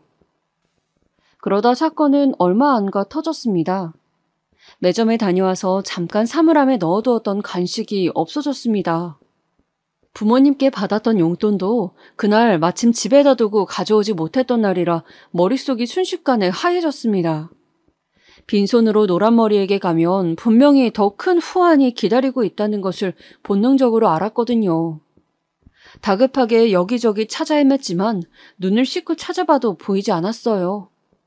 곧 수업 시간이 시작될 예정이었지만 저에겐 그런 것들이 전혀 눈에 보이지 않았어요. 선생님께 혼나는 것보다 친구들에게서 올 보복이 더 무서운 저였기에 아무 생각 없이 교실 밖을 뛰쳐나가 매점으로 갔어요. 아저씨, 여기 간식 놓고 간 거 없어요? 아무것도 안 놓고 갔어, 학생. 무뚝뚝한 아저씨가 손짓으로 X표를 해보였어요. 하늘이 무너지는 것 같았어요. 절망, 그 단어밖에 생각이 안 나더군요. 급한 상황이라 어찌됐든 방법을 찾아야 했어요. 머리가 지끈지끈 아파오고 갑자기 어지러지더군요. 가만히 앉아서 뚝뚝 흐르는 눈물에 눈을 감고 있었죠. 그때 누군가 제 어깨를 치더군요. 고개를 들어 바라보자 은성이가 과자 봉지와 우유 하나를 건넸어요. 이거 갖고 가. 꼭 갚고. 아무 말 없이 은성이를 쳐다봤어요. 은성이 눈에는 정말 바보 같아 보였을 거예요. 매점 문 앞에 주저앉아 울고 있는 꼴이라니. 간식을 빨리 받으라며 씩 웃는 은성이를 보며 덥석 받을 수는 없더군요. 끝까지 숨기려고 했는데 창피함에 눈물이 더 터져 나왔고 은성이는 말없이 옆에 나란히 앉았어요. 얘기를 들어보니 이미 2주 전부터 은성이는 제가 매점에 가는 것을 의심스럽게 봤어요. 어느 날은 자는 척하며 교실 문 밖을 나서는 저를 따라가 봤다고 했죠. 평소에 불량식품을 잘 먹지 않던 제가 매점에서 매일 한 움큼 사는 것을 보고 의심이 확신으로 바뀌었다고 해요. 하지만 저에게 티를 내면 제가 너무 창피해할 것 같아서 말을 못했다고 쭈뼛거리며 말하더군요. 네가 자존심 상해할까 봐. 아무튼 이거 가져가. 걔네가 또 너한테 무슨 짓 하면 어떡해. 고마워. 그 순간 고맙다고 말하는데 왜 그렇게까지 눈물이 나던지. 자기가 대놓고 싸워주진 못해도 도와줄 순 있다고 창피해하지 말라며 어깨를 토닥이는 은성이가 너무 듬직했어요. 이 사실을 알면 자기도 피해를 받을까봐 도망쳤을 텐데 말이죠. 그날 이후 은성이와 저는 더 돈독해졌습니다. 가끔씩 은성이는 제가 등교할 때마다 미리 간식들을 사서 책상 위에 올려놔 주었고, 남자 화장실에서 제가 오래 나오지 않을 때면 선생님 오셨다고 화장실이 울릴 만큼 큰 소리로 외쳐주었죠. 덕분에 노란머리 무리의 괴롭힘도 조금은 약해질 수 있었어요. 가끔씩 짓궂은 장난을 칠 땐 빼고요. 그렇게 1년이라는 시간이 훌쩍 지났어요. 노란머리 무리들의 괴롭힘도 여전했고요. 하지만 괴롭힘이 있었다 한들 친구가 있으니 버틸만 했어요. 그것도 잠깐이었지만요. 늘 그렇듯 은성이와 같이 PC방에 걸어가고 있는데 은성이가 공원 벤치에 잠깐 쉬었다 가자며 팔을 잡아 끌었어요. 평소처럼 낄낄거리며 재밌는 이야기를 늘어놓던 은성이가 갑자기 조용해지더군요. 물끄러미 은성이를 바라보자 은성이가 제법 진지한 표정을 짓더니 입을 뗐어요. 나 전학가. 뭐라고? 감추려고 했지만 놀랍고 아쉬운 표정이 그대로 드러났을 겁니다. 제가 학교 생활 동안 가장 의지한 게 은성이라는 것을 너무나 잘 알고 있었거든요. 은성이도 잘 알고 있었기에 저에게 말하기 쉽지 않았을 거예요. 갑작스러운 이별에 기분이 순식간에 가라앉았어요. 무섭게 내려앉은 분위기에 은성이가 조심스럽게 얘기를 시작했습니다. 우리 아버지가 일용직을 하다가 한 달 전에 사고를 당해 일을 못 나가게 됐어. 사채업자들이 매일 집에 찾아와서 난리를 부려대고 있어. 이제 집안 물건들을 대신 가져가. 어머니가 버는 돈으로는 도저히 한 달 빚을 갚을 수가 없어서 이사를 가게 됐어. 은성이는 담담하게 말했지만 얼마나 힘들었을지 그 마음이 전해져 왔습니다. 은성이는 어떤 집인지 아직 어머니께서 알아보고 있다고 하면서 말을 아꼈어요. 아마 어린 마음에 친구에게 모든 걸 다 털어놓긴 어려웠을 거예요. 그렇게 은성이는 얼마 안가 떠나게 되었습니다. 마지막에 자기를 잊지 말라면서 삐뚤빼뚤 쓴 핸드폰 번호와 웃는 표정의 캐릭터 하나를 쪽지에 남겨두고 말이죠. 은성이가 없어지자 저는 더 무서워졌어요. 은성이가 없는 학교 생활은 지옥이 되었어요. 은성이의 존재를 알고 있었던 노란무리 아이들은 혼자가 된 제 모습이 재밌기라도 한 듯 비웃었고요. 괴롭힘도 날이 갈수록 더 심해졌습니다. 그러던 어느 날 그 무리들이 저희 집이 꽤 잘 사는 걸 알게 됐나 봐요. 그날은 괴롭힘을 크게 당하지 않고 학교에 부모님 세차장으로 향한 날이었는데 세차장에 그 아이들이 있지 뭐예요? 희중아, 너 친구들이라며? 친구들이 일 도와주고 있었어. 엄마가 돈 줄 테니 친구들이랑 좀 놀다 와. 감사합니다, 아줌마. 희중이랑 놀다 올게요. 어머니는 세상 환한 얼굴로 저를 부르며 제게 돈까지 쥐어주셨습니다. 그리고 그 돈을 받으며 저는 아무 말도 하지 못하고 손만 부들부들 떨었어요. 그 아이들은 세차장을 나서자마자 당연히 제 돈을 빼앗았고 매일같이 그 짓을 반복했어요. 저희 어머니는 그것도 모르고 늘 제게 돈을 쥐어주시며 희중아, 좋은 친구들이 생겨서 다행이구나 하는 말씀을 하셨고요. 그때만큼 제 속이 타들어갔을 때가 없을 거예요. 이제는 나로 모자라 부모님까지 이 아이들에게 이용당하는 생각이 들자 정말이지 모조리 엎어버리고 싶은 생각이 들었어요. 그러다 제가 참지 못하고 일을 저지르게 되었는데요. 바로 입을 열어 어머니에게 말을 한 것이었어요. 어머니가 얼마나 속이 상하실지 모르는 바 아니었지만 일단 말이라도 해야 이 사태를 중단할 수 있을 것 같았어요.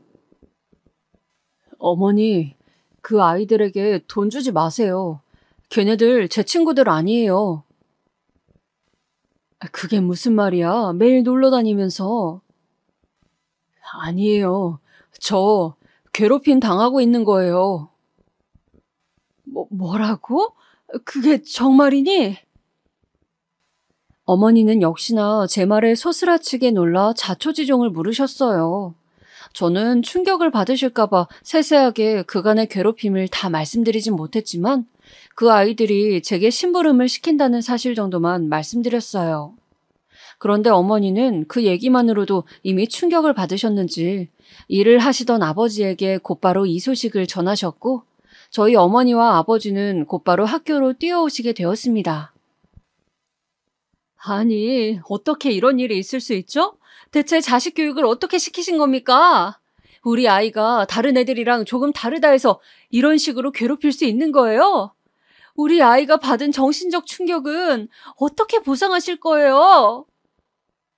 어머니는 가해자들 부모님과 선생님을 상대로 울부짖으셨고 선생님도 그분들도 딱히 무슨 말씀을 잊지 못하셨어요. 사실 저에게 관심이 없던 선생님이나 자기 자식이 그러고 다니는 줄 모르는 가해자 부모들은 이 상황이 그저 얼떨떨 하시는 듯 했어요. 그러던 중 저를 가장 괴롭혔던 노란머리의 아버지로 보이시는 분이 이런 말씀을 하시더군요. 부모로서 자식이 다쳤으니 화나시는 건 100번 이해합니다. 허나 제가 잘 구슬르고 달랠 테니 이번 한 번만 넘어가 주세요. 부탁드립니다. 저도 제 자식이 이런 놈인 줄 몰랐습니다. 그분은 꽤 점잖은 태도로 말씀을 이어나가시며 저희 어머니 앞에서 무릎을 꿇으셨어요.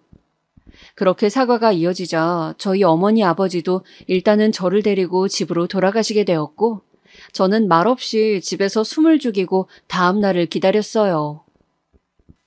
사실 부모님까지 불러오고 학교가 한번 뒤집혔으니 이제 괴롭힘은 끝날 줄 알았어요.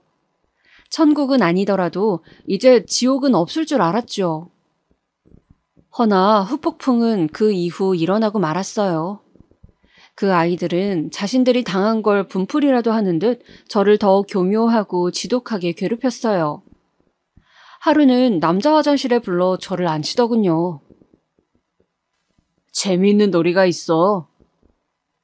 노란머리는 주머니에서 담배 한 갑을 꺼내더니 불을 붙였어요. 자, 이거 떨어뜨리면 너 오늘부터 오른쪽 다리는 못 쓰는 거야. 그리고 오른쪽 무릎 위로 불 붙인 담배를 가로로 올려놨습니다. 불안정하게 흔들리는 담배를 보는데 눈물이 나더군요. 너 이거 니네 부모님한테 말하면 죽을 줄 알아. 제가 또 학교에 이 일을 알릴까봐 걱정이 됐는지 그 애들은 꼭 저를 괴롭힐 때면 그런 협박을 하곤 했어요. 그때마다 부모님 생각이 났지만 저는 힘없이 고개를 끄덕였고요. 비참함에 절로 눈물이 뚝뚝 떨어졌습니다. 다음 날 지옥 같은 아침이 다시 시작됐습니다. 아직 1년밖에 안 지났는데 제 머릿속은 항상 학교를 관두고 싶은 마음뿐이었죠. 하지만 다행히 끝나지 않을 것 같은 터널에도 끝은 있더라고요. 근데 절름발이라고 불리던 시절도 끝이 있었어요. 아이들에게 교묘하게 괴롭힘을 당하던 그 지옥 같은 시간이 끝나자 어느덧 졸업식이 다가왔습니다. 3년이라는 시간이 힘들었던 만큼 후련한 기분이었어요. 노란머리 무리들을 더 이상 보지 않는다는 것은 좋았지만 고등학교에 입학해서도 똑같은 일상일 것 같아서 전혀 설레는 마음이 들지 않았습니다.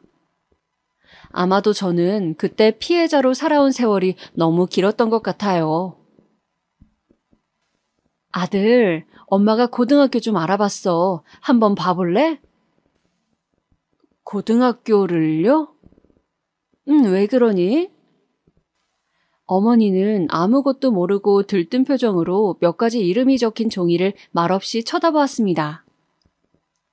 이런 게 학교 생활이라면 저는 더 이상 반복하고 싶지 않았습니다.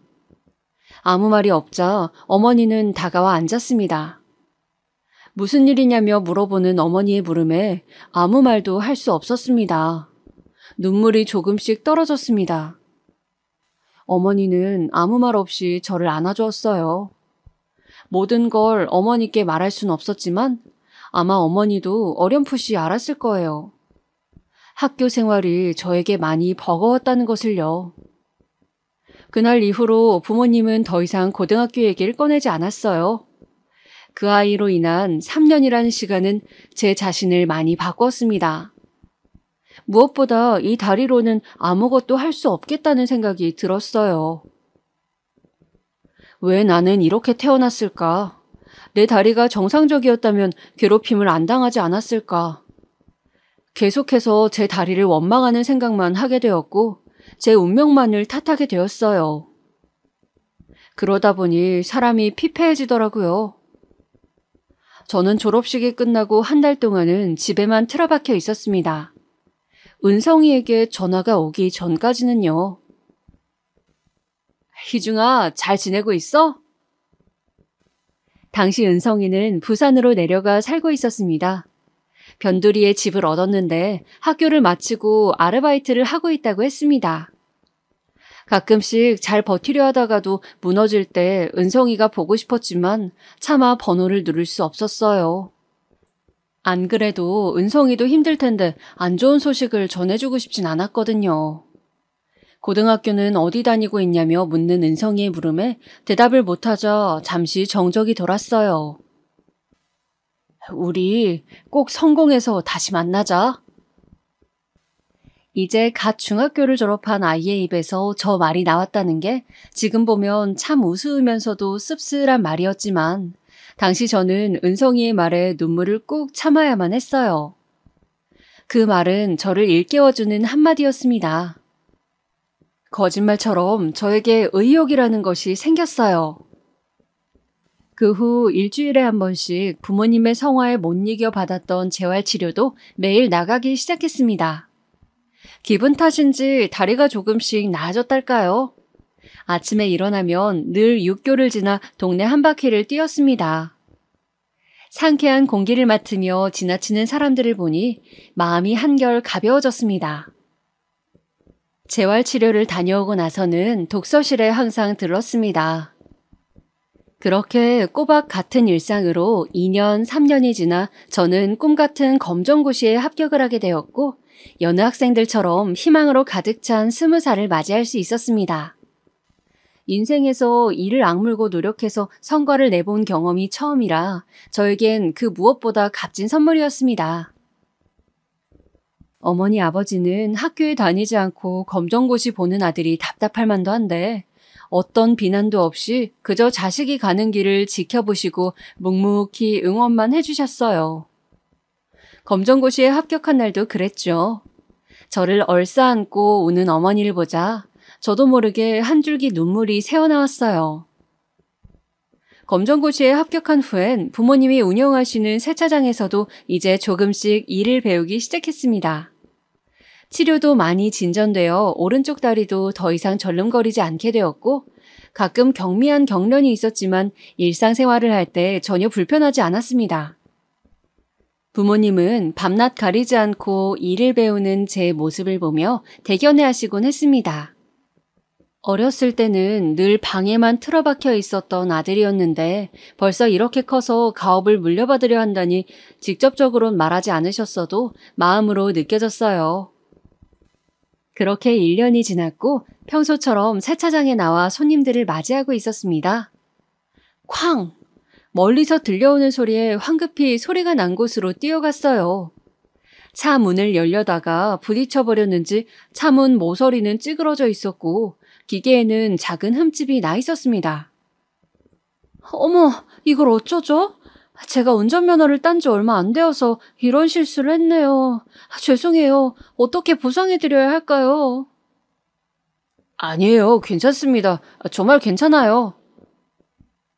20대 후반으로 보이는 여자가 차 문틈으로 겨우 나와 발을 동동 굴렀습니다. 하지만 흠집이 눈에 안 띄는 수준이었고 괜찮다며 웃어 보였어요. 그때가 아내와의 첫 만남이었습니다. 그날 이후로 그녀는 매일같이 세차장에 방문했죠.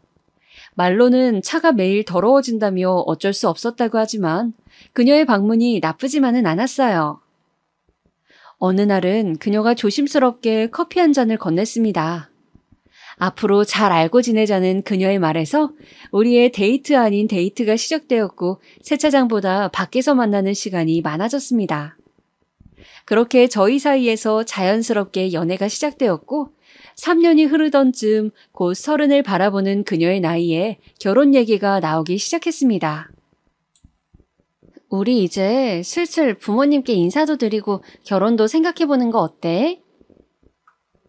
결혼에 대해 깊게 생각해보진 않았지만 사랑하는 사람이 있다면 굳이 미룰 필요도 없다고 생각했기에 부모님을 소개시켜줘야겠다는 생각이 들었어요. 하지만 생각지도 못한 장애물이 있었어요. 부모님은 이 결혼을 탐탁지 않아 했습니다. 그녀의 나이가 가장 큰 문제였습니다. 전 이제 막 20대 중반에 진입한 시점이었지만 그녀는 30이 되는 나이였기에 예전부터 장가는 연하와 가야 된다는 보수적인 생각을 가진 부모님으로서는 받아들이기가 힘든 문제였습니다. 희중아, 엄마 아빠가 다른 거 바라는 게 아니야. 우린 그저 너랑 비슷한 나이대의 여자가 좋다. 솔직히 한두 살도 아니고 나이 차이 많은 며느리는 싫어. 그리고 그 아이는 직장 생활을 하지 않니? 우린 가업을 이어가야 하는데 그 애가 세차장 일에 잘 적응할 수 있겠어?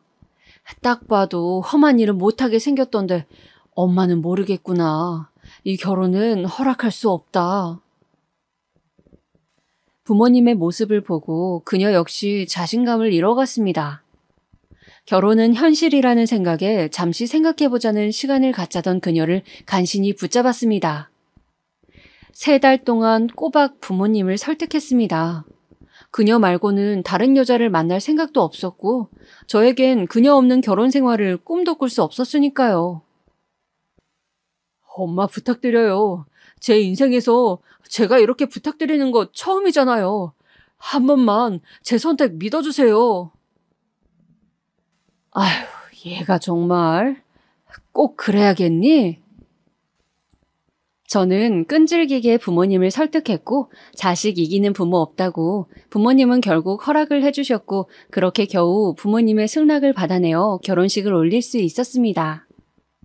이른 나이였지만 제 가정을 가졌다는 사실에 너무 행복한 시간이었습니다. 과거 학창시절은 꿈에도 생각나지 않을 만큼요. 그렇게 아내와 함께 세차장을 함께 운영했고 빠르게 규모를 확장시켜 갔습니다. 항상 두려움에 떨며 학교를 다니던 어린 모습의 저는 어느덧 지역에서 나름 유명한 사업을 하고 있는 떳떳한 가장이 되어 있었죠. 행복한 나날이 이어졌지만 중간중간 그 아이들 생각이 나곤 했습니다. 지옥 같은 기억을 안겨준 그 아이들이 언뜻 스쳐 지나갈 때면 저도 모르게 술을 한 잔 기울이게 되었죠. 근데 시간이 흐르고 흘러 이제는 가물거려 얼굴도 기억 안 나는 그 인간을 제 앞에서 이렇게 만나게 되다니, 이 지독한 우연에 저도 그 인간도 말을 잃고 말았습니다. 상견례장은 순식간에 얼음장같이 차가워졌고 노란 머리였던 예비사도는 저를 얼싸안고 울음을 터뜨렸죠. 다 내 잘못이야. 미안하다. 너와 이렇게 만나게 될 줄은 정말 몰랐어. 정말 미안하다. 마음 같아선 멱살을 잡고 소리치고 싶었습니다. 그때 나에게 왜 그랬냐며, 왜 나의 학창시절을 망쳐버렸냐며 울음이 계속 터지려는 걸 간신히 참고 붙들려 있던 팔을 뿌리치며 박차고 나왔습니다. 등 뒤에선 애처롭게 부르는 딸의 목소리가 들렸지만 차마 뒤돌아볼 수 없었어요. 그날 이후 평소와 다름없는 일상을 보냈습니다. 딸은 연신 눈치를 보며 제 표정을 살폈습니다. 딸이 쉽게 포기하지 않을 거란 것을 알고 있었지만 저는 절대 허락할 수 없었어요. 세차장에 나갈 때면 직원이 항상 편지 한 장과 커피를 전해주었습니다. 어떤 나이든 남자분께서 매일 전해주고 가신다고 종이를 받자마자 그 자리에서 찢어버렸어요. 다른 건 다 받아들인다 해도 내 지난날을 망친 그 인간을 제 딸의 시아버지로는 인정할 수 없었죠. 딸은 저를 보며 안절부절했어요. 아빠. 나는 허락 못한다. 더 얘기하지 말자. 딸이 무슨 얘기를 꺼내려 해도 제가 다 끊어버렸어요. 집 분위기는 말도 못하게 삭막해졌고 침묵만 흘렀죠. 그런데 그렇게 한 달이 지난 어느 날 익숙한 번호로 전화가 걸려왔어요. 희중아, 오늘 한잔 할래? 은성이었어요. 반가운 목소리에 식당으로 가자 은성이가 손을 흔들며 맞이했습니다. 은성이는 대학에 가지 않았지만 작은 회사에 취업하여 생계를 꾸렸고 결혼 후에는 아내와 함께 번 미천으로 서울의 작은 식당을 운영하며 부모님께 생활비를 꼬박 보내주고 있었습니다. 이제는 나이 들어 주름살이 하나둘 늘어버린 친구 얼굴을 마주할 때마다 만감이 교차했어요.